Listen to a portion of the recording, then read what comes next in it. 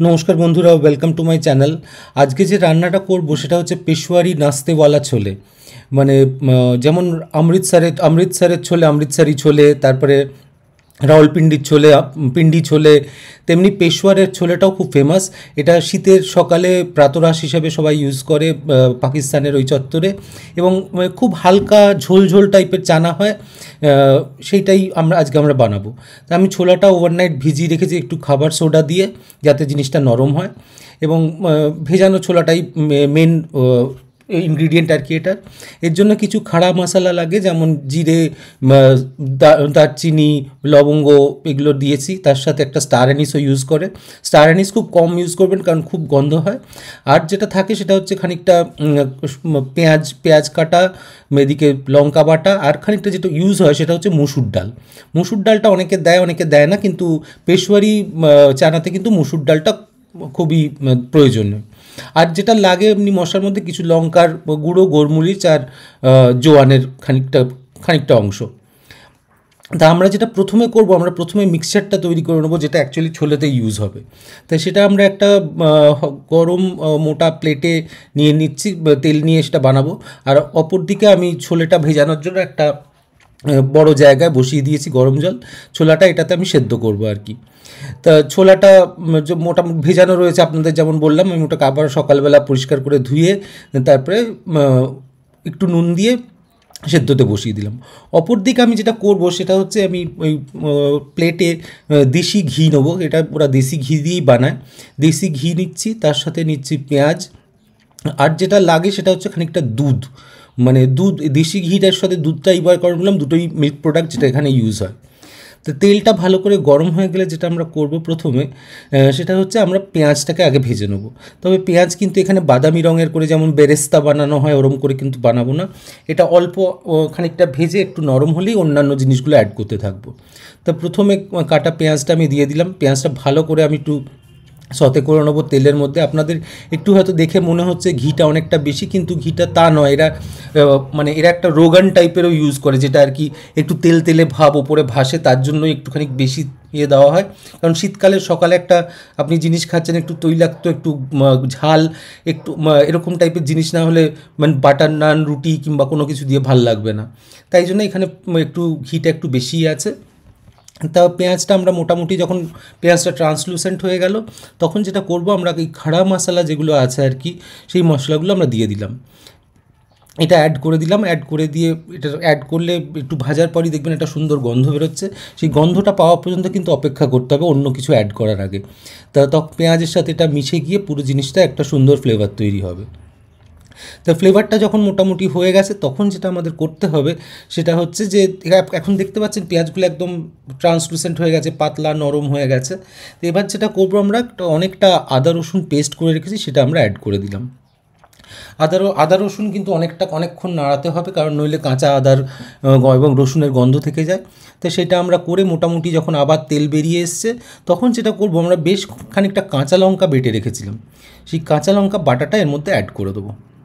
Add করে দিয়ে আবার আমরা নাড়াতে থাকবো যতক্ষণ না কাঁচা লঙ্কার এই কটকটে সবুজ রঙটা চলে যাচ্ছে, সেটা পর্যন্ত আমাদের অপেক্ষা করতে হবে। করে তারপরে যখন জিনিসটা অন্যরকম একটু কালার এসে একটু ব্রাউনিশ ভাব এসে যাবে গোটা জিনিসটার মধ্যে, সেটার অপেক্ষায় আমরা থাকবো। এবং সেটা হতে বেশিক্ষণ লাগবে না, 5 থেকে 6 মিনিটের মধ্যে জিনিসটা হয়ে যাবে। এর মধ্যে আমি খানিকটা চিনি অ্যাড করলাম, একটু নুন অ্যাড করলাম, এই কারণেই যে চিনিটা অফকোর্স একটা সুন্দর রং দেবে, এবং নুনটা তো অবশ্যই লাগবে। নুন যদিও আমার ছোলাতে খানিকটা দেওয়া আছে, সেই বুঝে আমি দেবো আর কি।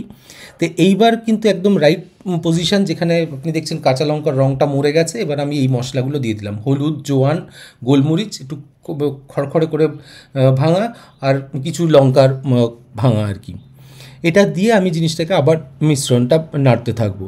নাড়তে নাড়তে জিনিসটা দেখবো যে অন্যরকম একটা কালার এসে যাবে, জিনিসটা তেলটা ভেসে উঠবে, একটা থকথকে টাইপের একটা পেস্ট টাইপের একটা মশলা তৈরি হবে।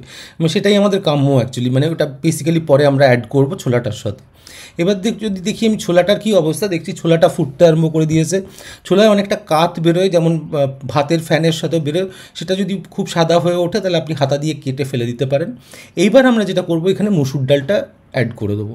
এবং মুসুর ডালটা অ্যাড করার জন্য actually it gives a nice texture to the whole chole, যেটা খেতে ভাল লাগে। আমরা মুসুর ডাল সেদ্ধও অনেক সময় রুটি দিয়ে খাই, তা সেই জিনিস সেই ফিলিংসটা আসবে, মানে একদম পাতলা ট্যালট্যালে জল কিংবা খুব ঘন গাঢ় এরকম কিছু হবে না। মুসুর ডালটা will add the flavour to it. অপর দিকে দেখছেন যে এই জিনিসটা গোটাটাই আমাদের মশলাটা প্রায় হয়ে গেছে, সমস্ত কিছুই আর কাঁচা নেই এখানে, সমস্ত মশলা তৈরি করে একদম রেডি। তো এইটা করার পর যেটা আমি করব, এটা কিন্তু যদি তখনও ছোলা আপনার না সেদ্ধ হয়ে থাকে, আপনি এটা আরামসে গ্যাসটাকে অফ করে রেখে দিতে পারেন সরিয়ে। কারণ আমার ছোলাটা তো হতে সময় লাগবে, ছোলাটা হওয়া পর্যন্ত আমরা অপেক্ষা করব। ছোলা আর মুসুর ডালটা একদম সেদ্ধ হয়ে মিলিয়ে যাবে। তা আমি এখন তুলে দেখার চেষ্টা করছি যে কীরকম অবস্থা। জিনিসটা মোটামুটি সবই প্রায় সেদ্ধ হয়ে এসছে, জায়গাটা দেখা যাচ্ছে। এইবার আমি তখন কি করলাম, ওই যে পেস্টটা আমি তৈরি করে রেখেছি সেই পেস্টটা আমি এই ছোলাটার সাথে মিশিয়ে দিলাম। মিশিয়ে দিয়ে এবার আমরা মানে প্রথম দিকে একটু বেশি মানে আঁচে রান্না করব, তারপরে হালকা আঁচে চলে যাব। হালকা আঁচে চলে গিয়ে আমরা এটা আবার সেই ফুটন্ত অবস্থায় নিয়ে যেতে থাকবো।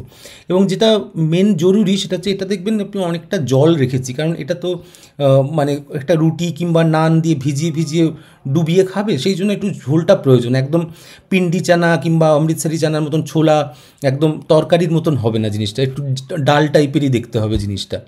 তো এবার দেখছেন একটা সুন্দর রং এসে গেছে গোটা জিনিসটা, এবং মশলাগুলো অবশ্যই ভেসে উঠেছে, লঙ্কাটাও দেখতে ভালো লাগছে, এবং যে লঙ্কার ফ্লেক্সগুলো দিয়েছিলাম সেগুলো দেখবেন আপনার ওপরে ভাসছে, এগুলো যখন খাওয়ার সময় কিন্তু অনেকটা মুখে লাগবে, সেটা কিন্তু একটা দারুণ অনুভূতি দেয়। আর এইটা হয়ে যাওয়া আপনি দেখছেন এখন একটা খুব পাতলা টাইপের ছোলা ঝোল টাইপের তৈরি হয়েছে। আমি এটার মধ্যে আর একটু করবো, সেটা হচ্ছে এখানেও মানে মেনুতেও বলা আছে যে এখানে একটু ছোলে মশলা টাইপের একটু তেঁতুলের গুঁড়ো, একটু অন্যান্য জিরে, হলুদ একটু মেশানো থাকে, যাতে একটা একটু ট্যাঞ্জি ফ্লেভার দেবে গোটা ছোলেটা। কারণ ছোলাটার তো এমনি কোনো খুব স্বাদ হয় না, সেই জন্য একটু একটু নোনতা, একটু টক, একটু মিষ্টি না ভাব হলে জিনিসটার টেস্ট ভালো হয় না। তা আপনি এখন দেখছেন মোটামুটি আমার ছোলাটা তৈরি হওয়ার দিকে। এবার যেটা করব, আমি এটাতে ছোট এক কাপ দুধ মিশিয়ে দেবো। দুধটা দেওয়ার কারণটাই হচ্ছে it will give a creamy texture to the whole dish আর কি। আপনি এখন দেখছেন একদম জলের মতন ওপরে ভাসছে ছোলা, মানে এরা যেটা পরিবেশন করা, যেটা আমি দেখেছি সেটা হচ্ছে বেসিক্যালি ছোলাটা খানিকটা প্রথমে তলা থেকে তুলে দেয়, তারপরে ওপরে ঝোলটা দিতে থাকে, এবং সেটাই নিয়ম। মানে ছোলাগুলো পরে ঝোলের মধ্যে ওপর তলায় লুকিয়ে থাকবে আর কি, ওপরে একটা পুরো জিনিস ভেসে থাকবে। তাই আমি এখন হাতে একটা টিপে দেখলাম প্রত্যেকটা ছোলাই খুব সফট হয়েছে, এবং এটা বেসিক্যালি হয় সোডার জন্যই। এবার আমার পেশওয়ারি নাস্তেওয়ালা ছোলে একদম তৈরি, এবার সার্ভ করার জন্য ready. Thank you so much for watching. ভালো লাগলে লাইক, শেয়ার এবং সাবস্ক্রাইব করবেন। Thank you.